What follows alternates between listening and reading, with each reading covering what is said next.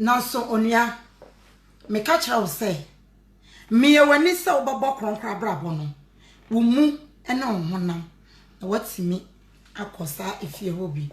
sanse enope eni baabi a wokwa asomdwie ewo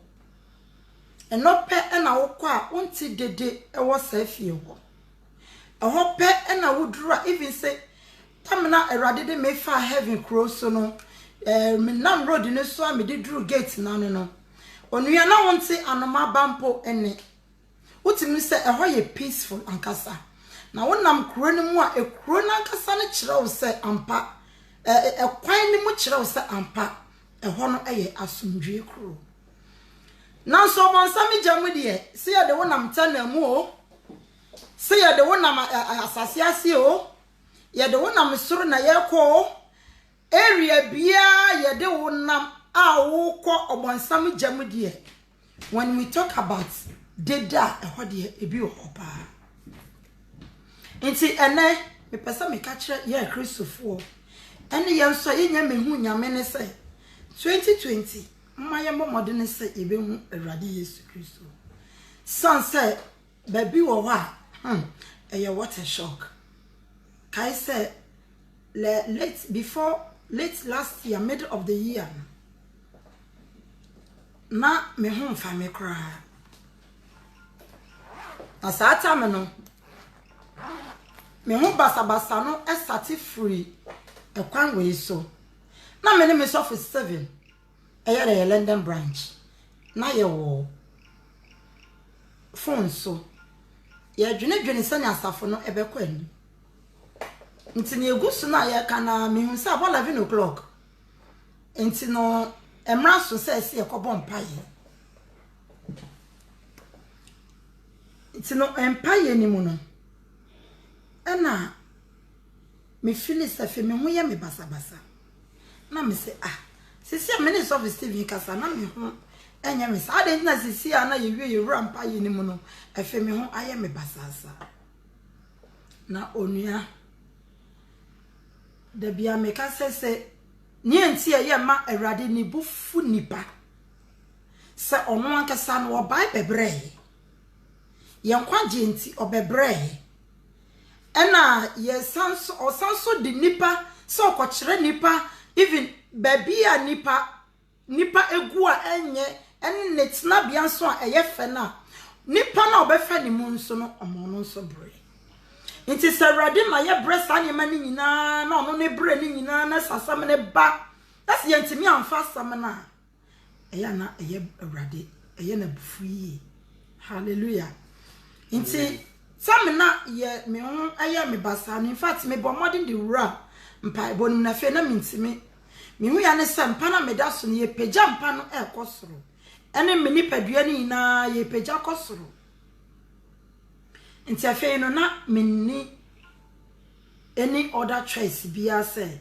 because a drew some preference na menua wutie mi ahode no woni bi wo ho wo ye mu anka obe ye niam eye tenene niam na so wuntimi obe ye niam pa ana opese wo je wo ho nso wuntimi nje wo ho saata me no sister brother what a shock baby what enti tama Awurade those who are listening to me this morning 4 o'clock in UK time 5 o'clock in UK time we are going to do this testimony in English version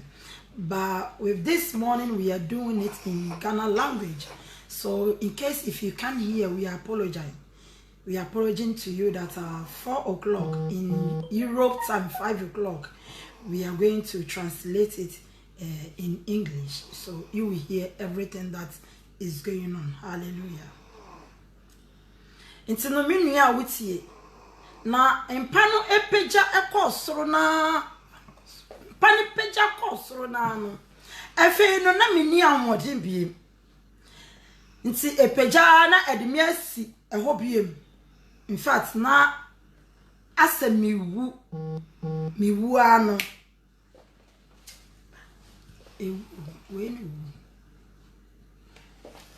asa miwu nti no na many other choice ye bompa ye ni wie me ka kire surface 7 ene sister sewa ene mama kesi omo ka so nti me ka che omo se so for Steven pacha bompa ye mami na me ho fa no so me ka no in fact na me papa no ni se bia me di agro because o hwe se na ye bon komo na short time we me se me ho fa me no na ene wa anyway obompa ye mami na bompa ye mami na fe na me ntimi na me te me yi me ho free zoom na me yi me ho free zoom no me dawa na me hu nsa fe me nipadua me hu afri nipadua ni mu na akodwane nkrofo ku bi e wo ka mu na ye dwane nkrofo na ye wo ka ni mu sister na me ankasa no me nim ba bi a me ekọ e na me nim ba bi a ka no nso ekọ enti no ye kọ ya kọ enti no nyame madwene me se na omo no di no mani agye omo di agro we pagya we tu we yachi we pagya na the way agro na omo di no huhum no awrade ma me hu se omo ye gay na omo abeka ye hu se a Christopher na ye kwakoye reza enti no omo di sa agro bon na omo di wura forest ni mu na omo wura mu no efe no na ye me hu omo biem obi e ba be ye reza ni nua mo wo hemfa enti me ka che driver ni so me ko inside me ko friend nua no na ba na tama me drew wo no na enua no no me hwehwe omo me hu omo enti akwan ni mu na me kom me tisa krofoku bi isu na esu no mu su no eyesu ba conspe esu no mu su ina ne se enti wo habi nti wo happy na wo ye wa bo me mama nti wo happy me papa nti wo happy me ni mu nti na ese efe no metema so din ena honhom no ade mi ewura ho na ye de mi ewura ho no onua erade ono ankasa ne nsa no adwuma ena ebe torment ye demons torment bi ni mu na erade na ankasa na body ye eye ne nsa no adwuma ena torment nipa nti me drie no onua me de sa na me hu kuro no se menim ekura metimu no menim se na ne kase ye tenti no sa na ya na me de ye example ema nipa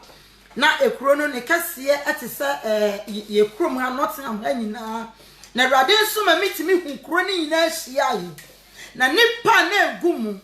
inkwalampanifu abrofo Chinese bibifo onua na abo ayete se mountain ena atu ena heha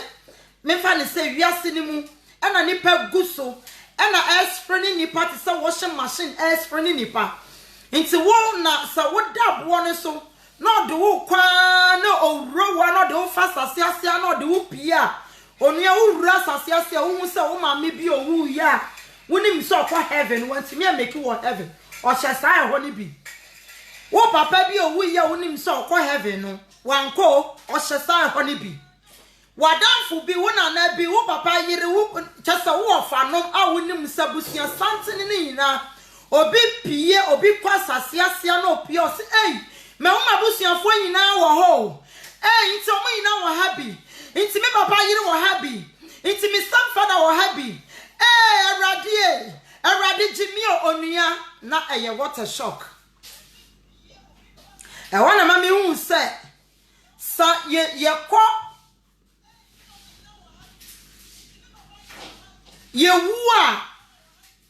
yewua ya kachira obi se rest in peace no ye very sure say nipa no or rest in peace dey a Christopher ye very very sure say ye rest in peace dey rest in peace ni baby a o so wa ma bobrapa so wa nya ne awrade kan ya edi baby a no nua afemi ko pie sai ho no ma ye so determine say mehu me nua me ma na me no mo ko ye awrade pagya me ni de me share the other side hey me nua ma ko kasa ankrofo no hu bi na e won wudru a honhom bi na edi hene ewo ho honhom no eye nso no I said bidia yaso emunso no na ya ye ensono no te sa ensa nti no eja ewo mfimfin nti ebi ewo abo na etomenti ye nuanom no ebi wo ebi aso na se wodru sa ho no a sa tumi no sa etu na efri sa abo no so na eba wo so a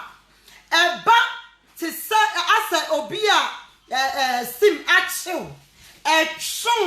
etchum automatic wonya nan gina so want to me control ho nti onua sa mi hu sansa no eba na bechi omo aba be lande foforo ewo ho no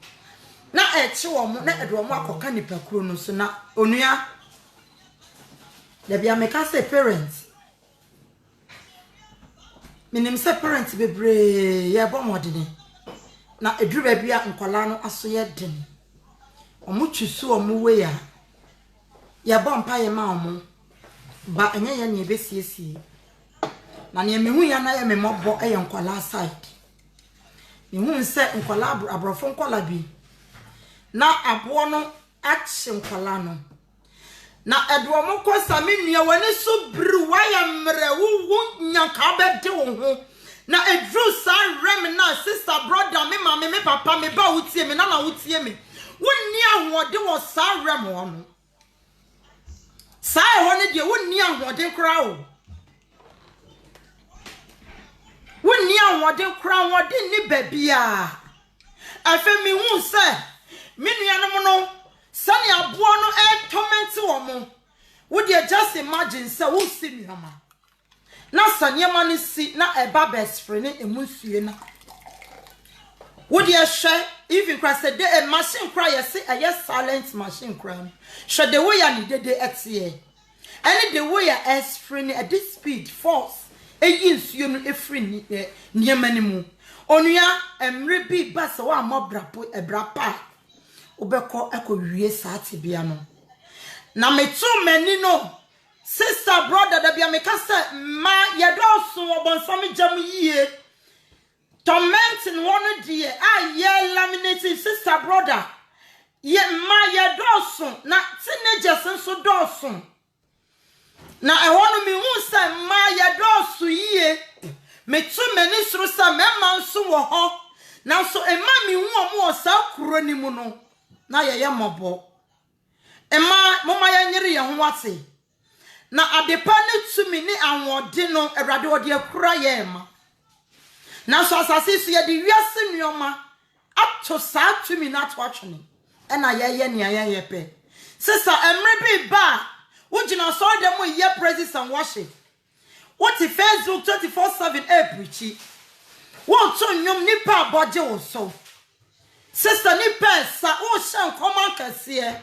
na hwe ye na what a shock ama wakwemu se wuwu se what a shock aba wakwemu a sister brother mi catch o say nya dia wankasa no wo de wankasa wo ho bone be chelda bibia ni wo betimi dia sesa wo kra ne da intimi nua wo tie mi ena anopai menua wo tie mi ena awie awo baabi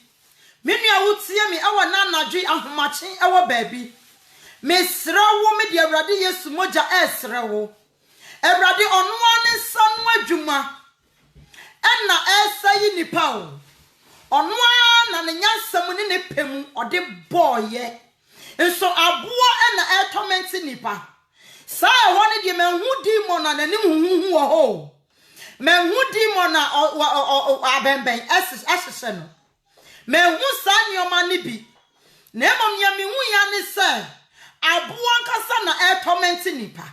aboa na echi nipa nsuo egu aboa na espene nipa mu nsuo ene na hoodene sister ene anope wogina bia wo hefa wo de 2020 bisa won se rade se wo to won sa frame a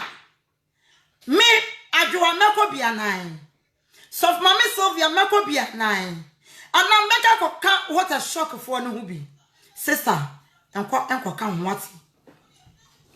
erade ne nsanu anwuma na esayi nipa ne nsanu anwuma na ebetorment nipa ebedru emre bia obonsam ne demons no omo nyina nso Awurade nsa no adwuma wayɛ ɛyɛ ogya no ɛno na ɛkɔtɔmɛnti ɔmo nso ɛno na bɛtɔmɛnti me no mienu si amabrapa nti saa tam no ɔbɔnsam onni so hotumi biem tumi ni nyinaa ba bekura saa ogya no Awurade nankasa de ne nyansa ne ne pemu akomande na aba no saa tumi no eba bekura saa egya no saa tam no demon entomenti ubie saa tam no ayaka de no Awurade nsa no adwuma ɛna eba bɛyɛ nti wonua what a shock eba wo so se wuwu a hwe Kristo abrabɔ yie baabi a wo kwa asɔre hwe wo yie adamfo a woni nam no hwe se otufu yie se kwanyame mu de som nyame pa de so otufu de ene ma reject sa adamfo no tie na no asem so otufu holiness inside and outside tie na no nsem na fa sakra wadwo 2020 onua obi what a shock ebaye e wo 2019 obi what a shock ebaye 1st January wodi ene maaye up to now eneted oda so tiase ema what a shock ema wakwe na Awurade ade me call baby na wabra de me drew sa esre ne so no me hu se eho ye asase pefe eho asase a nsuo bia nimu na American nsuo utim se aye dry land na dosini esisisisisi sa asase ne so inua so no ahaban no awu no esisi sa asase ne so sister brother nana eye hu yie se nipa na ewu ana yehwie nipa te se emo sister asase so na wote brother wote asase so wo se wo no wo eda wo be wu no sister eda wo be wu no eda huhum we be firi wo mu na betu woni na wo hu nipadua se nipadua no da ho na enya brabo bia mbo na entimi de ne ho afa dia huhum na bisa ne ho se ehemfa na meko ba bia huhum no eko wote asna wan bobrapa wan hwehwe ba bi ama wo kra ba bi na Awurade se okokosiesie amaye wan hwehwe ama wo kra na wo de wo tuso ba bi a yasiesie ama obonsam no eho na me ba beka ho asem a kire wo na menua sam na yenua no mu ewu no Awurade de me koye no se gina ho na me pese wo hu ade sister me hu meti yie na mfifre se me wadi yenimu na fe na me hu ni a menye onua ba ma wo tie me se bo abrabo yie wate heaven krom de hoyefo sama ka kire se ekuro na kasa mu die me hura inside water na se from kwan ni mu adedru gate na no na gate ni bie se na me hu glory na eda heaven krom won dia e de meka kire wo se yire wo ho pa na ko heaven na eho na adepa wo na tam na Awurade ade me dru o se hwe afedie yehwie nipa no eba Jesus within a second na nipa ababe go from no na ebinim oba Awurade nsa no adwuma no ono akasa na body a wabɔ no ebi na me ka kire wo no edua na akasa na etomenti nipa eba omelande wasase ne so ebinim be lande awodua ne so na dua na wo nipa ne mu awon be ni edua no wo nipa ne mu na nipa no esinso ye say osensenso oni ahode maka kire o say dru sa rem na sister woni ahode ye o woni ahode bia wo de beye bibia ahode no ukonya no he wona wo se wo sika wo bie wo sika so ema hemfo ehwekora mpa woni ahode e wo sa eho no huhum bi na air control na sister me hu se me nuanom no mo hwiegu da bia me kasa revelation mu se Awurade yi kwala kire me a na me ho yira me sasa na me nim se kwala de mo ye innocent na so no akasa ka wona semu se edru age bia atembu ho ma omunti no nipa eya na ye ni ano na me hu se kwala ni bi ba omo be kadua no so na dua na wo nkwala ni mu na dua ni sesan nkwala na chi na nkwala na hange so na de omo wure dua ni mu nipa ugina bia wo hefa ye ni gina bia o ye gina bia ye benya ebeye ni giama ye nse ye be ye ni awrade pe ni etimi akọ osoro aheme mu sister efe na mi hu ni amenye sa mi hu ni amenye o e wona awrade yi oba bia menimu no na awrade yi ni anti ama na omo egusa ehọ no eba no sister na aye just common weave on nipa no ahye na waye ne sa ewo ne tiri so awrade sese wo sa ne ma na de omo eba ha na wo be ma no so weave on de wo koye check wa bra boy Bema check wa braba ni ade wo kolande sa dua ne so afemi hu se nipa na etiti gu no ebinim we to we so mo mutimi lande no we to we so no wanane te se onane te se rubber ye de ato ejamu se enane we to we so no wanane body na wo body ne ho ka bebrebe sa no body na wo hu ni a wo nya wo body eya wo sa dwuma wo ye no fasika ne ina to twonku na fa dress body no me pesa me catch us body no wo baby ko wate body no e wo baby ko na se wan hwe ne ya body no nko akontabuo sister untimi ngina wo nan so body no nko akontabuo untimi o emma mama ya nyere ya wo na ma obonsam jam de ehwaye te se ye fie obonsam jam aya emma te se ye fie sansa asodene eni wiase akono ediye emma ekobonsam jam bebre emma ya ye ho se ye de ye nsuro hwe ni aye nimu no eno ana ye nim ye mpe bi nka ho sister na afemi hu se mi nuan mu yi omoba na omo anane omo ba omo kadua no so no na omo aka so na eya yerewo yie na me hu ni amenya me hu afedru ba bi na madane machi se na ye wura Yesu Kristo no atia me o se me pesa wo hwe bie wani na hwe ne wo hu aka ne yie ade ebe ye ntimi mfa ye ni nhwe o sister ni a obegina ho no wontimi ngina no o 2020 ka kira radi se radi e me pesa wo sesa mabrabo mame ni a me ntimi nya no nyama mkokọ be boa me na me ntimi nya emfa nsam nyi yi ho ano na duru sa tam na nsam nyi ya no bi ani ho wonni ahode mpa ahode wonni bi okra na wokunu wosika sadie wo yire wosika sadie wo wosika sadie ena na wo de bo bra wo de yi ho ano wasase so a edru sa rem ho na me ka kire say edru sa rem ho na sister brother wonni ahode biara o wonni tumi bia de je ho tumi bia ni obetimi de age ho afei awrade kire me wie no osese wo hu say na sodenfo no omote bia optena bia omoba ababetina mu ni omoba betina mu sister se wa ma obre yi me say what a shock ebeba wa brabo mu wo dia sorry na wo kọ na wa yire wo ho wo kwa sorry no Sunday bia tade na opesa wo sesa mpago na opesa wo sesa na wo make up na age mu obi antimi enka ho asem no hwe yi wate na what a shock eba wa brabo mu what a shock kase pa eba wa brabo mu sister wo be wu na wu a na wo ko lande e jani mu kura wo hwe wo ko lande o wo be lande be be different na wo be nane te se nkuto wo be nane te se nkuto nkola nyina ebre e wo bonsam gem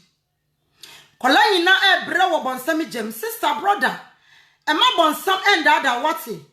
kacha bonsam so bonsam wada da me ache afi we pa die me adwa me akwasi me se wo boa wontimi nda da me biem me ba be ye wrade dia na me be ye wrade dia na me kran so ye wrade dia na masa ye adwuma ama ewrade sister wo gina sorry dem wo de hwe nyame asem a wo ka nyame asem pa nti wo encourage wo members say omo hyehyɛ nsomade no eyema wo bo mo abaso say makeup ne trousers no ne weave on no eye no eyema sister what a shock eba wa kwamwate Sister who preaching. Sister the way I would too for. Sister the way I want now for kasa. Sister we don't want some what it. Nyamia some no so can my radio nyam konkron kire wase why. Encourage wonu ya no mo ntimi enka nyame no kura sam no. E mo nka sam ni biara. Now what a shock eba o baby what it. Sister brother what a shock eba. As of 2020 me wani na kan kura kire o members. Mama Bobra pa do mbekọ heaven. As of na one kasa wonu obusia what a shock twamo baby. So for mommy what a shock twamo baby. Unas na why ne gengan ne so red ni blue ni yellow. Omo shisha no so no omo painty red na mo the yellow back atum. Ebo na mo the red back atum. Na different colors. You don't want it. What dey you don't want na ye. Me wani Onai bracelet ni me wani uwanantu ye you. What a shock travel baby. Na obe nu sister obe nu nipa ujina bia wa hefa. Nipa ena yes free no mo te some machine. Ye team yes ni man ye team munsuo. Me se onuya nyame abode ye ena ebaba torment ye nu. Nti mama ye nwene saade no na ye hu. Sisi ani dia judgment na maye. Nti ye hu sisi ye na mobonsam sem. Obonsam no ankasa odi ye di na agoro kakra. Na emom papa na ankasa na ye Awurade ankasa ne nsa no adwuma no. Me no mienu saa eja na Awurade ankasa de ne nsa no boye no. Eno na eba betorment ye. Awurade nsa no adwuma na eba betorment ye. Onu ya wutie me. Me gidi se asamwe no. Ubetie na wanhum se owu achi niama bebre e wo owu achi ohaw bebre wo owu achi na edan so wo ho o se etwa se nipa nyina wu na owu na chi no atembuo twɛn sister atembuo no ye sure so betimi agina no wo do so se wo so betimi agina sa atembuo na no esan se wontimi ntino sister bo bra yi na ma Awurade emmoa wo se na be obetimi asiesie wo ho atwen Awurade Yesu Kristo ena awie Awurade wonhyira na asam so na ena 4 o'clock ye beba ni asa be ma testimony na eno ye be translate it into English me out me ti America say me din e de sof mama Sylvia Kesi me enzemani ifreziema na me wo UK me ne mabusua me wo UK me ne mabusua aha na Awurade afre na yeye na dwuma e wo Nottingham nti se bia wo pe asafo a ye da no na asafo no eye Jesus the true shepherd asafo na ye wo babia wo bia no frɛ na ye betimi amawo akwanya na watimi wonso waba na ye ne ye nyina aba abesom ahye Awurade ami ene anopɛ Awurade wonhyira na asam so na onka ye ho ewo Yesu Kristo di mu nyame yadma 4 o'clock UK and Ghana time 5 o'clock Europe time inti no bra na ye nyina no yen che ne Awurade di amayi na hu ne a ekoso inti till then no ye be hia bi bye bye.